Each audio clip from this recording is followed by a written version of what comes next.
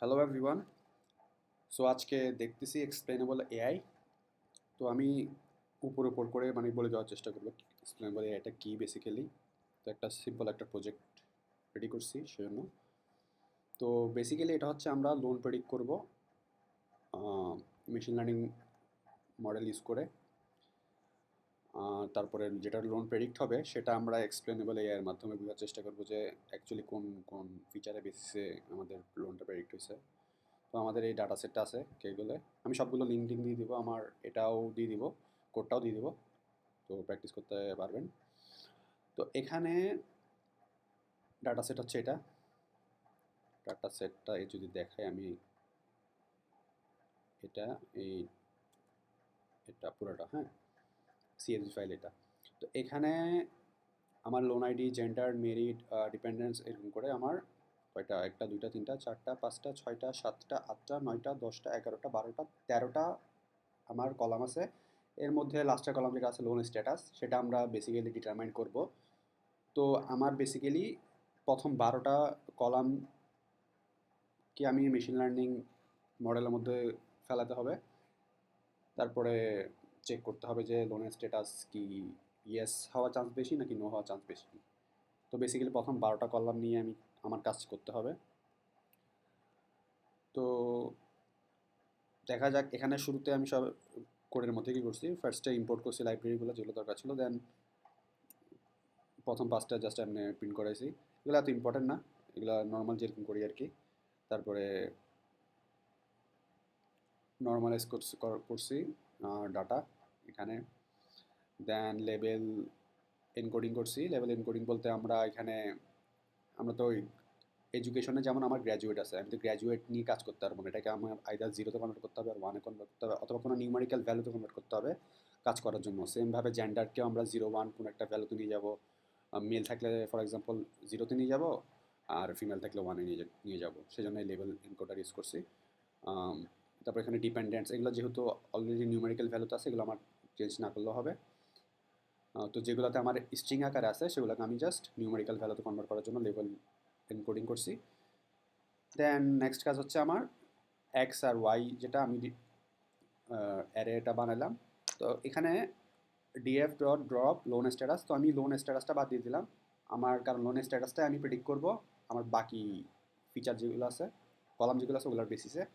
তো এক্সের মধ্যে আমার সব কিছু আছে, জাস্ট লোন স্ট্যাটাস যে আমার কলামটা ছিল ওটা নাই। দেন ওয়াই এর মধ্যে আমার লোন স্ট্যাটাসটা আছে, মানে শুধু লোন স্ট্যাটাস কলামটা আছে। ওকে, দেন আমি ট্রেনিং অ্যান্ড টেস্টিং করছি, 80-20 ট্রেনিং টেস্টিং স্প্লিট করছি। এখানে টেস্ট সাইজ হচ্ছে 20, 0.2 দ্বারা বোঝাচ্ছে। তো এতটুকু তো হইলো। তারপর এখানে র্যান্ডম ফরেস্ট ক্লাসিফায়ার আমি রান করাইলাম। তারপর আলটিমেটলি আমি অ্যাকুরেসি পাইলাম কত, 0.77, মানে মোরলেস 78% অ্যাকুরেসি পাইছি। মানে কতটা ভ্যালু আছে, প্রায় আই গেস 123টা না 24টা ছিল টোটাল রো। যাই হোক, যতটা রোয়ে আছে আমি এতটা মানে আহ, এতটা অ্যাকুরেসি পাইলাম র্যান্ডম ফরেস্টের জন্য। তো অ্যাকুরেসি যেটা পাইলাম ঠিক আছে। তো অ্যাকুরেসি তো এটা আমি গেসের উপর বলতে পারবো না যে আমি এত অ্যাকুরেসি কিসের উপর পাইছি, মানে কোন কোন ফিচারগুলো আমার এখানে বেশি ইম্পর্টেন্ট ছিল। মানে এখানে আমার কি লোন আইডি বেশি ইম্পর্টেন্ট ছিল নাকি জেন্ডারটা বেশি ইম্পর্টেন্ট ছিল, মানে লোন প্রেডিক্ট স্ট্যাটাসটা ওয়াই আর নো হওয়ার ক্ষেত্রে, নাকি গ্র্যাজুয়েট হওয়া দরকার ছিল ওই রোটার বা ওই পার্সনটার, বা ও কি সেলফ এমপ্লয়েড হওয়া দরকার ছিল, মানে কোন ফিচারটা বেসিক্যালি আমার বেশি কন্ট্রিবিউট করছে লোন স্ট্যাটাস ওয়াই অথবা এন হইতে। তো সেটাই আমি প্রেডিক্ট করতে হবে, কারণ আমি তো গেসের বেসিসে বলতে পারবো না যে 78% কীভাবে আসছে। তো ওই জন্য আমরা স্টেনেবল এটা বেসিক্যালি ইউজ করব। আরেকটা জিনিস হচ্ছে, এটা হচ্ছে ক্লাসিক্যাল ক্লাসিফায়ার র্যান্ডম ফরেস্ট, এগুলোতে তো ইউজ হয়, কিন্তু বেশিরভাগ সময় এক্সপ্লেনেবল এআই যেটা আছে সেটা বেশিরভাগ সময় ইউজ হয় আর ডিপ লার্নিং মডেলগুলোতে আর ট্রান্সফর্মার এগুলোতে। এগুলোতে যেটাকে বলে ব্ল্যাক বক্স টেকনিক,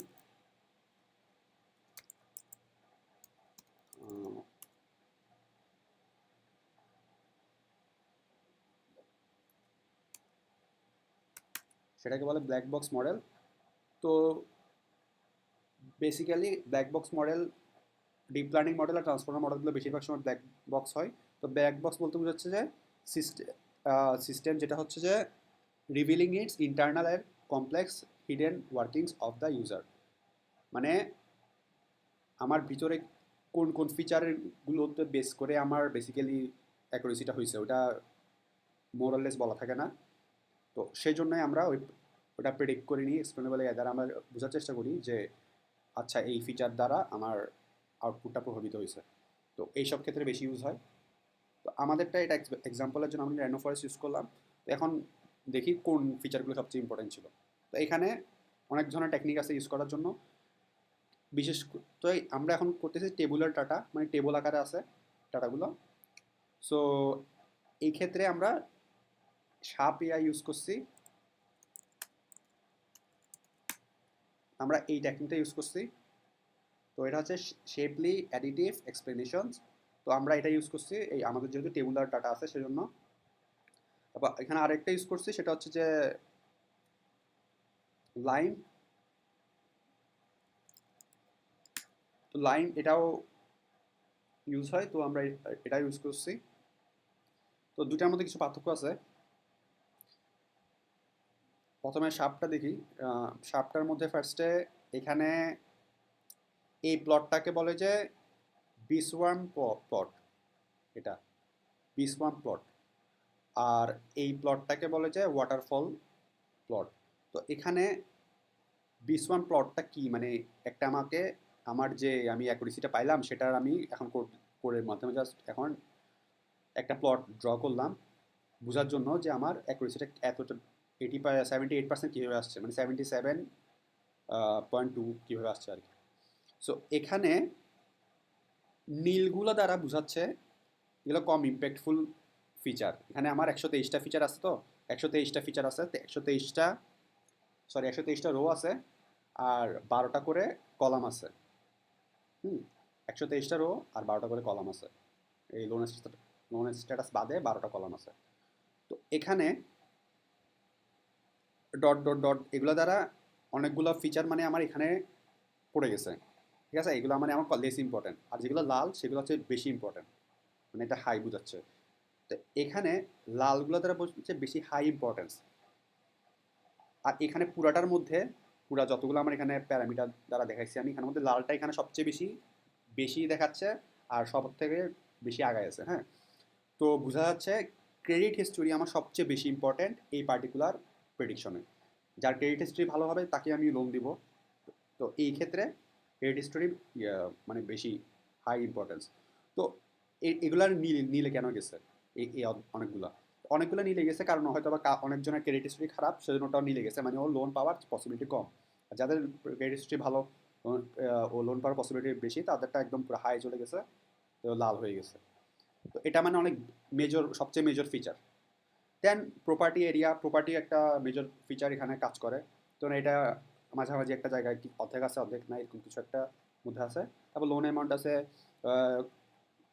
তারপর co applicant income, loan ID, married applicant income, এগুলো আছে। আর এখানে আমার সবগুলো ফিচার কিন্তু আমার এখানে ডেসক্রাইব করে নাই, ডিপেন্ডেন্স পর্যন্ত ডেসক্রাইব করছে, আর বাকিটা হচ্ছে সাম অফ 3 আদার ফিচার্স। মানে এখানে আরও কিছু ফিচার ছিল ওগুলো আমি এই এক্সপ্লেনেবল এআই সবগুলো আমাকে ডিফাইন করে নাই, কারণ ওগুলো এত বেশি ইম্পর্টেন্ট আমার অ্যাকুরেসির মধ্যে ফেলাচ্ছে না, সেজন্য সবগুলো এক্সপ্লেন করার দরকারও নাই। সবচেয়ে মেইন ইম্পর্টেন্ট যেগুলো আছে ওগুলো এক্সপ্লেন করলাম।